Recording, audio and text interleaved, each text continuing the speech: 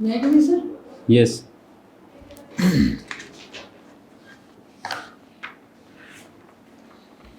Good evening all of you sir. Good. बैठ जाइए। बैठ जाइए।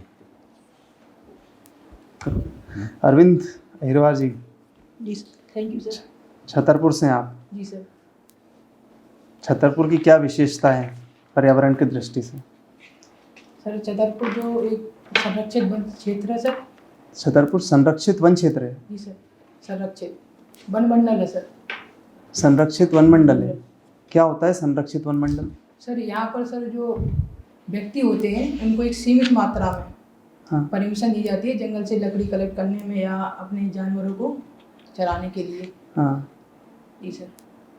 अच्छा, और कैसा इन्वायरमेंट वहाँ का, जो क्लाइमेट है वो क्या है, और वहाँ का फॉरेस्ट किस टाइप का है? सर फॉरेस्ट जो है सर शुष्क पर्णपाती वन पाए जाते हैं। क्या होता है ये?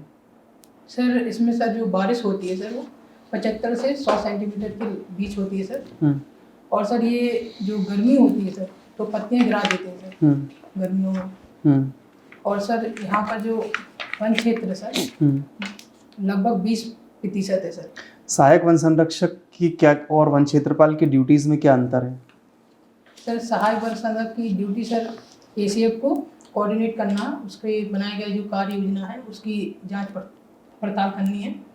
और सर उसका फील्ड वर्क जो होता है उसका निरीक्षण करते हैं सर। जो रेंजर जितने भी कार्य करते हैं उसके निरीक्षण करना उनके। कुछ भी बोल रहे हो आप तो। Sir coordinate. इलेक्ट्रिकल इंजीनियरिंग करी है आपने? जी सर। 2018 में। उसके बाद से क्या किया? सर 2019 से सर मैंने सर राज्य वन सेवा के लिए प्रिपरेशन 19 से ही कर रहे हो वन सेवा? सिविल की नहीं करी? जी सर, साथ में दोनों की कर रहे हैं सर। अच्छा, क्यों आना चाहते हो वन सेवा में? सर वन सेवा में सर आने का सर मेरे पिताजी मेरे लिए मार्गदर्शन, क्योंकि वो भी पन्ना टाइगर रिजर्व में वनपाल के पद पर पदस्थ हैं। आपके पापा वनपाल हैं और आपको यही नहीं पता है एसीएफ और रेंज ऑफिसर की ड्यूटीज़ में क्या डिफरेंट है? आपको ये नहीं पता? आप बोल रहे छतरपुर संरक्षक वन मंडल है। क्या होता है संरक्षक वन मंडल? कुछ होता ही नहीं है संरक्षक वन मंडल। सॉरी सर, माफी चाहता आपके पापा तो मतलब लंबी ड्यूटी हो गई होगी उनकी। हूं। जी सर। हाँ, आपको तो ये बेसिक चीज़ें भी नहीं पता है। कहाँ निवासरत हैं आपके पापा? सर अभी पन्ना टाइगर रिजर्व मरला लाइन। पन्ना टाइगर रिजर्व में। What is difference between tiger reserve और नेशनल पार्क में क्या अंतर है? सर टाइगर रिजर्व में सर एक कोर एरिया रहता है सर, और टाइगर रिजर्व का जो बनाने की परमिशन मिलती है एनटीसीए के माध्यम से राज्य सरकार अपना अप्रूवल भेजती है सर। उसके बाद NTCA अंतर क्या है? वो तो ठीक है, प्रोसेस होगी, कैसे बनता है, अंतर क्या है? क्या होता है टाइगर रिजर्व, क्या होता है नेशनल पार्क? क्या कोई वाइल्ड लाइफ सेंचुरी भी टाइगर रिजर्व हो सकती है कि सिर्फ नेशनल पार्क को ही टाइगर रिजर्व बनाया जाता है? सर नेशनल पार्क को ही टाइगर, क्योंकि सर यहाँ पर आरक्षित वन रहते हैं सर, और यहाँ पर सर टाइगर को प्रोटेक्शन के लिए जो कोर एरिया होता है वो पर्याप्त मात्रा में उपलब्ध कितने है। टाइगर हैं अभी? आपके पापा पन्ना में है ना? जी सर। कितने टाइगर हैं पन्ना में? सर अभी लगभग 90 के लगभग है अच्छा, और टोटल मध्य प्रदेश में कितने टाइगर्स हैं? सर। 785। अच्छा, सबसे ज़्यादा लेपर्ड कहाँ है? सर सबसे ज़्यादा लेपर्ड सर मध्य प्रदेश में पाए जाते हैं सर, और पन्ना टाइगर रिजर्व में भी काफ़ी मात्रा में देखी। सबसे ज़्यादा घड़ियाल कहाँ है सर देश में? देश में सर चंबल, केन घड़ी चंबल। नहीं, मतलब मध्य प्रदेश में है या किसी और राज्य में सर है? मध्य प्रदेश में ही है सर। गंगा डॉल्फिन जानते हो क्या होती है? जी सर। उसका साइंटिफिक नेम क्या है? कहाँ पाई जाती है वो गंगा डॉल्फिन? किस किस नदियों में पाई जाती है? सर चंबल में पाई जाती है सर, और सर गंगा में भी पाई जाती है यमुना में नहीं पाई जाती? सर। सॉरी सर, यमुना में भी पाई जाती वहाँ पाई जाती है, यमुना में अभी भी है? है। जी सर, शायद लेकिन इनकी संख्या। अच्छा, इसको कुछ कहते हैं, ये किसी का इंडिकेटर है, सूचकांक, सूचकांक कहा जाता है इसको। शायद हिंदी में गलत शब्द इस्तेमाल कर रहा हूँ मैं। सूचक। हाँ।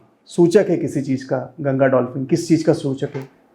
सर मैं जहाँ तक समझ पा रहा हूँ गंगा डॉल्फिन की सर को देख नहीं सकती है सर, तो सर जो रडार होते हैं। नहीं, सूचक वो तो आपने मतलब डॉल्फिन जो है ना, उससे हमें किस चीज की जानकारी मिल जाती है, जैसे किस कहीं बात किसी को बता सकते हैं। किसी नदी में अगर डॉल्फिन नहीं है तो क्या इसका तो किस चीज़ का क्या संकेत कारण है ये?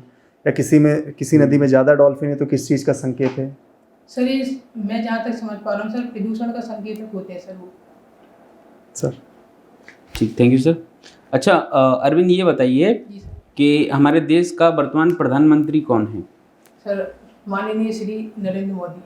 अगर नरेंद्र मोदी जी की जगह किसी अन्य 4 व्यक्तियों को आप प्रधानमंत्री पद के रूप में देखना चाहें, वो 4 व्यक्ति कौन होंगे? वरीयता क्रम के आधार पर बताइए, सबसे पहले मैं इनको और क्यों, फिर दूसरे नंबर पर इनको और क्यों, इस प्रकार से 4।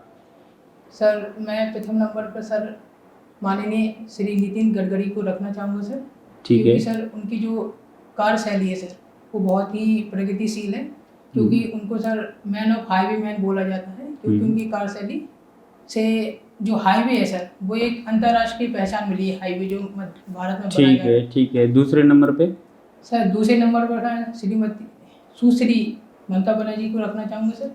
क्योंकि सर उनका जो कार्यकाल है सर वो एक महिला के तौर पर बहुत ही शानदार रहा है अभी तक बंगाल में। बंगाल में तो बहुत हिंसाएं हो रही है, पॉलिटिकल हिंसाएं हो रही है।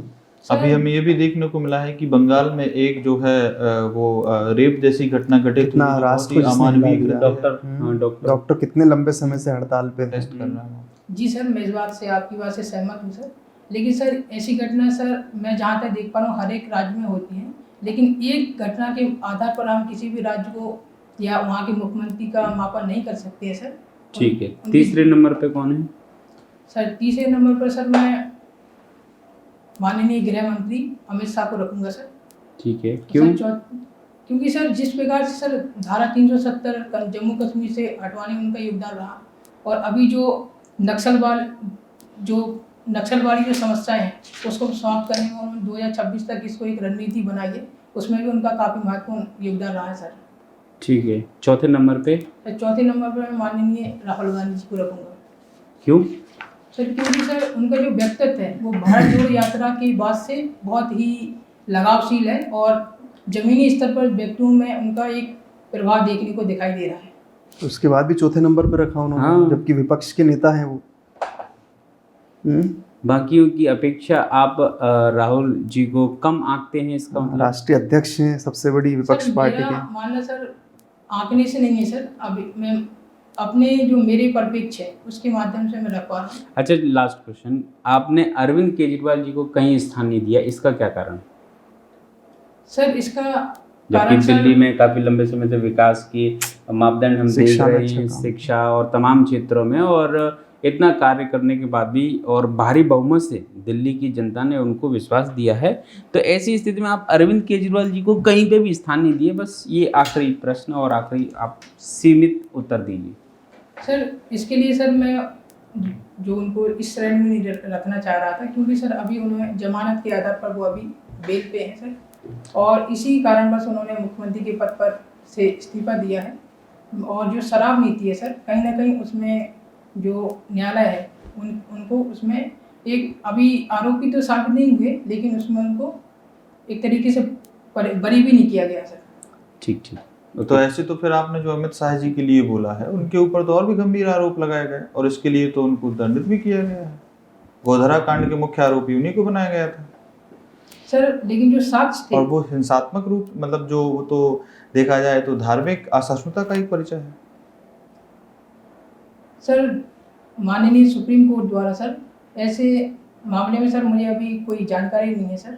अरे मैं बता रहा हूँ ना, मतलब ऐसे ही वो तो बहुत बड़ा जो है वो सभी इंसिडेंट प्रसिद्ध है। प्रचलित बातें हैं। सॉरी सर, इस बारे में अभी मैं जानकारी नहीं रखता, कम जानकारी है सर मेरे पास अभी। अच्छा ठीक सर। अरविंद जी सर। बताइए, छतरपुर जिले में कुल कितनी तहसील है? सर अभी सर 7 तहसीलें हैं सर। कौन कौन सी हैं? सर नौगांव, छतरपुर, राजनगर, बड़ा मलेरा, लाकुश नगर,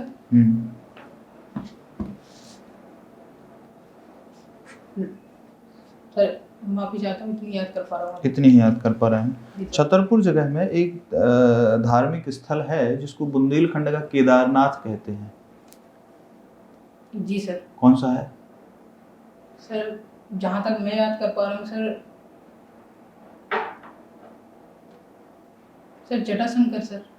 मतलब आप क्या बताना चाहते हैं? जटाशंकर क्या जी सर। विशेषताएं हैं वहाँ की कि उसको बुंदेलखंड का उनको बुंदेलखंड का केदारनाथ कहते हैं? सर वहाँ पर सर जो कुंड है सर उसने उसमें लगातार सर 24 घंटे सर हमको गर्म पानी उपलब्ध रहता है सर। गर्म पानी। जी सर। हम्म। और सर वो एक पहाड़ी पे बसा हुआ है सर। हम्म। सर यही दो क्वालिटी मुझे अभी याद आ रही एक और तीर्थ स्थल है जिसको हम कहते हैं, एक धार्मिक स्थल है, भीम कुंड के नाम से जाना जाता है। है। जी सर। क्या विशेषता है वहाँ की? सर भीमकुंड की विशेषता सर ये माना जाता है, जो कहावतें चलती हैं सर, कि जो जब महाभारत में पांडवों को वनवास हुआ था तो अज्ञातवास के तहत उनको छुपने के लिए उस जगह पर उन्होंने प्रवास किया था और पानी की आवश्यकता होने के कारण भीम द्वारा गदा वहाँ पर चलाया गया था, इसलिए उसको भीमकुंड माना जाता है। और सर उसका अभी तक भी उसकी जो कुंड है उसकी गहराई का मापन नहीं किया गया सर। मतलब वहाँ पर्याप्त मात्रा में पानी है? जी सर। अभी भी पानी जी है? सर। और उस पानी की विशेषता ये कि सर उसमें वो नीला दिखाई देता है, कभी भी प्रदूषित नहीं हो पाया अभी तक। अच्छा, ऐसा? जी सर। तो आपको ऐसा नहीं लगता है कि बुंदेलखंड के आसपास के जो क्षेत्र हैं उसके पेयजल की समस्या को वहाँ से दूर किया जा सकता है? जी सर, इसके लिए सर प्रयास किए जा सकते हैं सर।